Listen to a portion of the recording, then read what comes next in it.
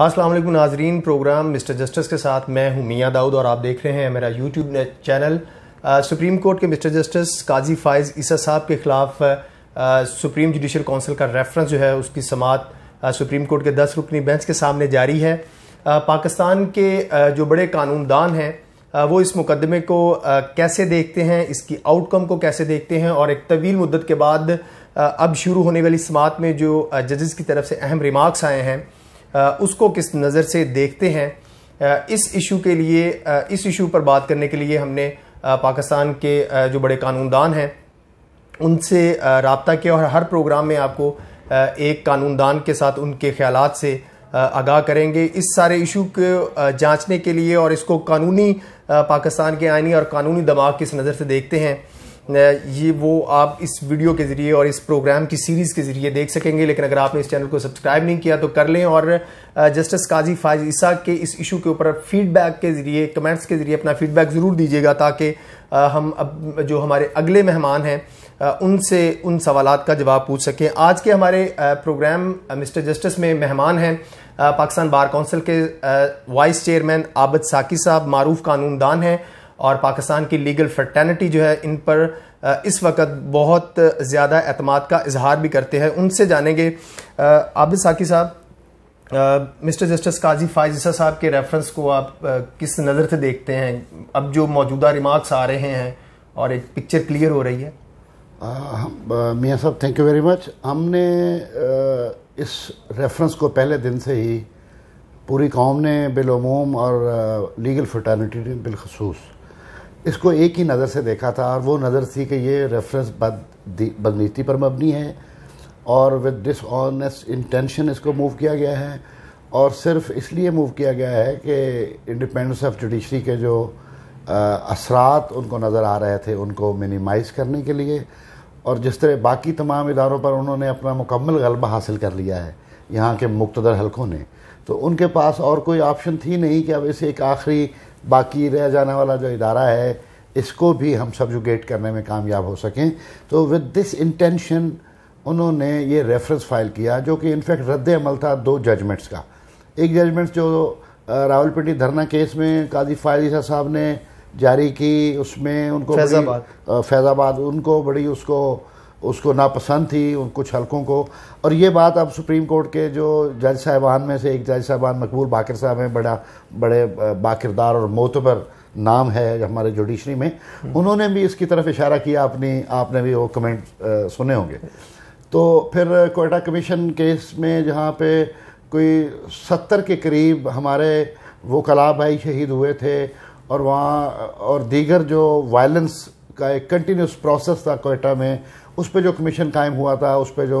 काजी साहब की जो जजमेंट्स थी वो भी उनको नापसंद थी। तो अब उन्होंने महसूस किया कि ये एक जज इंडिपेंडेंट जज के तौर पे यहाँ ऑपरेट कर रहा है और उनको हर इंडिपेंडेंट जज से ख़तरा रहता है। उस ख़तरे को ख़त्म करने के लिए उन्होंने ये बेबुनियाद किस्म का एक स्टूपिड डिसीजन किया और उसके मुताबिक उन्होंने रेफरेंस फाइल कर दिया।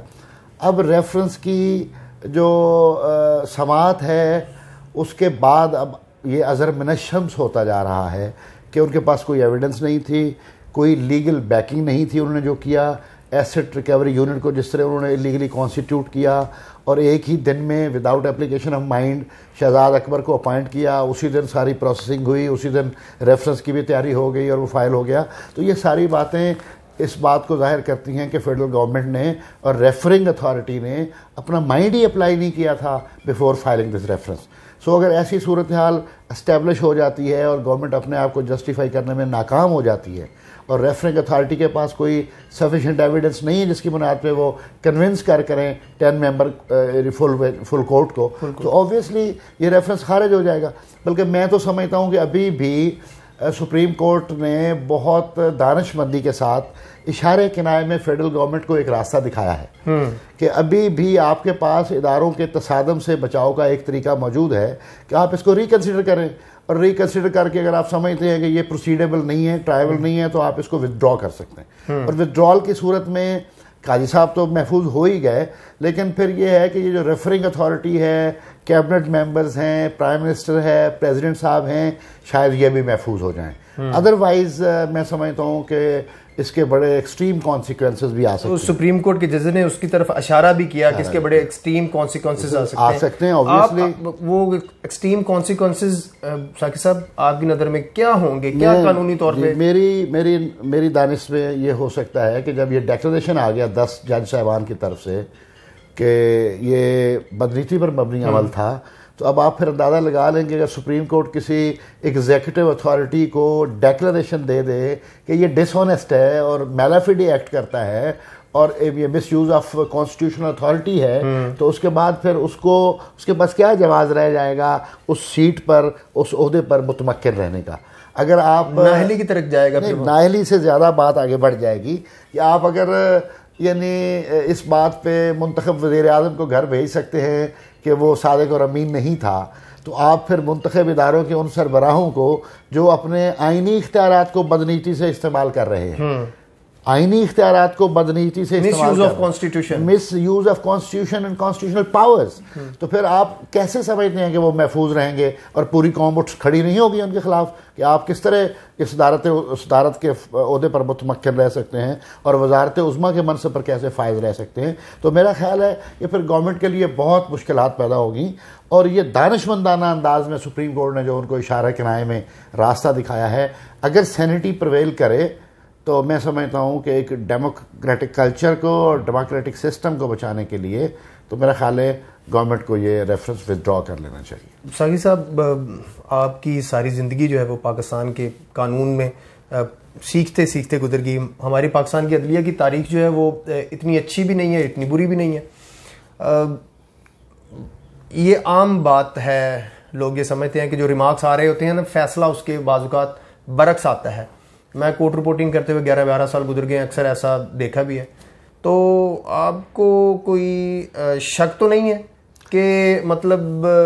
सज्जी दिखा के कहीं खबी ना मार दी जाए? नहीं, देखिए मैं इस पे स्पेकुलेट तो नहीं कर रहा, मैं तो बड़ी फेयर ऑनेस्ट अपनी ओपिनियन दे रहा हूँ, इर्रिस्पेक्टिव ऑफ कि जज साहबान कल को फाइनल डिसीजन क्या करते हैं क्या नहीं करते, या उनके ऑब्जर्वेशंस और रिमार्क्स क्या हैं और क्या नहीं है, मैं नहीं देख रहा। मैं तो एक आइन और कानून के तालिब इल्म की हैसियत से देख रहा हूँ कि जो मटीरियल, जो एविडेंस और जिस तरीक़ाकार के तहत इस रेफरेंस को फाइल किया गया वो कम्प्लीटली प्रोसीडेबल नहीं है, वो ट्रायबल नहीं है, वो बिल्कुल बदनीति पर मबनी है और वो हरासा करने के लिए एक जज को और इंडिपेंडेंस ऑफ जुडिशरी को डिस्ट्रॉय करने के लिए एक टेक्निक इस्तेमाल की गई है। मेरा इस बात से कोई गर्ज नहीं है कि सुप्रीम कोर्ट के 10 जज क्या फ़ैसला करते हैं। मैं जिस मौक़िफ़ पे आज खड़ा हूँ, मैं अगर उनका फ़ैसला अदरवाइज भी आएगा तो मैं अपने तारीखी शऊर की बुनियाद पर इस रेफरेंस को बदनीति की बुनियाद पर दायर किया गया रेफरेंस ही समझता रहूँगा।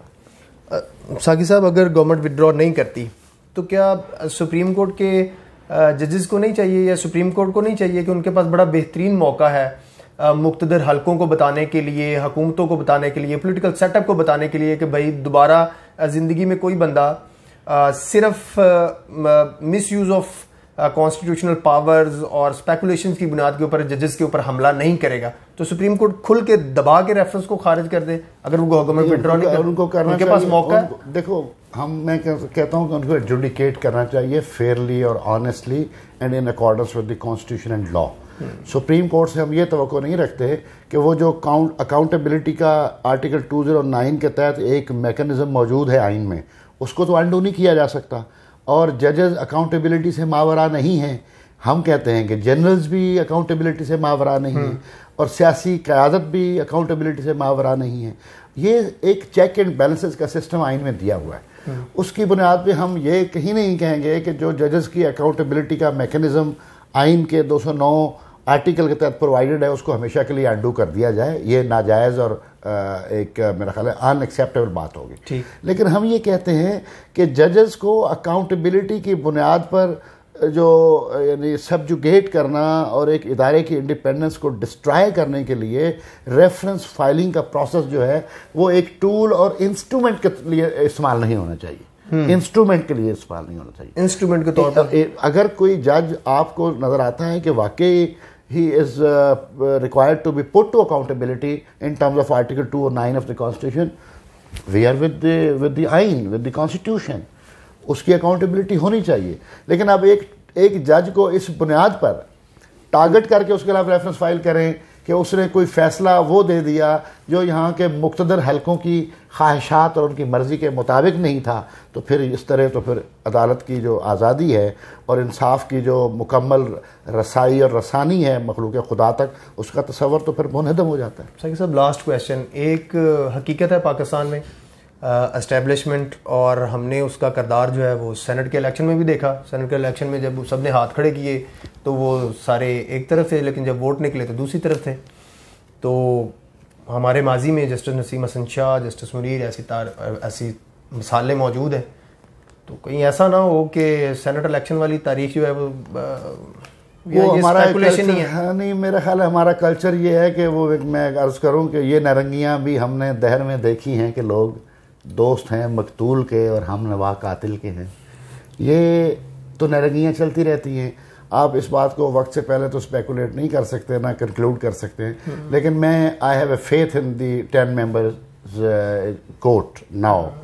कि वो आइन की बालादस्ती के लिए फ़ैसला करेंगे और अदलिया की आज़ादी को महफूज बनाने के लिए वो अपना फ़ैसला करेंगे। वो एक पर्सनल विक्टिमाइजेशन की बुनियाद पर काजी फायज़ ईसा साहब के साथ होने वाली ज़्यादती का अजाला करेंगे, और आइंदा अगर वो इस तरह करते हैं तो मेरा ख्याल है ये एक बहुत पाकिस्तान की कौम के जमहूरी मुस्तकबिल के लिए एक बहुत डिटर्मिनिंग किस्म का एक फ़ैसला होगा जो आइंदा आने वाले मुस्तकबिल के रास्तों का तयन करेगा। अगर काजी फायज़ ईसा साहब को इस रेफरेंस की बुनियाद पर आप वो निकाल देते हैं या उनको डिस्क्वालीफाई कर देते हैं, तो फिर मेरा ख्याल है इसके बाद इस मुल्क में मुक़्तदर हलकों के सामने खड़े होने वाला कोई इदारा बाकी नहीं बचेगा। कोई इदारा बाकी नहीं बचेगा। नाज़रीन, आपने vice chairman Pakistan bar council Abid Saqi sahab की गुफ्तगू सुनी। बिल्कुल ऐसे ही है, और पाकिस्तान के अवाम को उम्मीद भी यही है कि सुप्रीम कोर्ट में सेनेट इलेक्शन जैसी सूरत हाल नहीं होगी, और सुप्रीम कोर्ट के पास ये जो एक सुनहरी मौका आया है आइन की बालादस्ती को मेंटेन करने का, अदलिया की आज़ादी को मेंटेन करने का, और पाकिस्तान का एक जो जमहूरी प्रोसेस है जिसके ऊपर पाकिस्तान का मुस्तकबिल बेस करता है,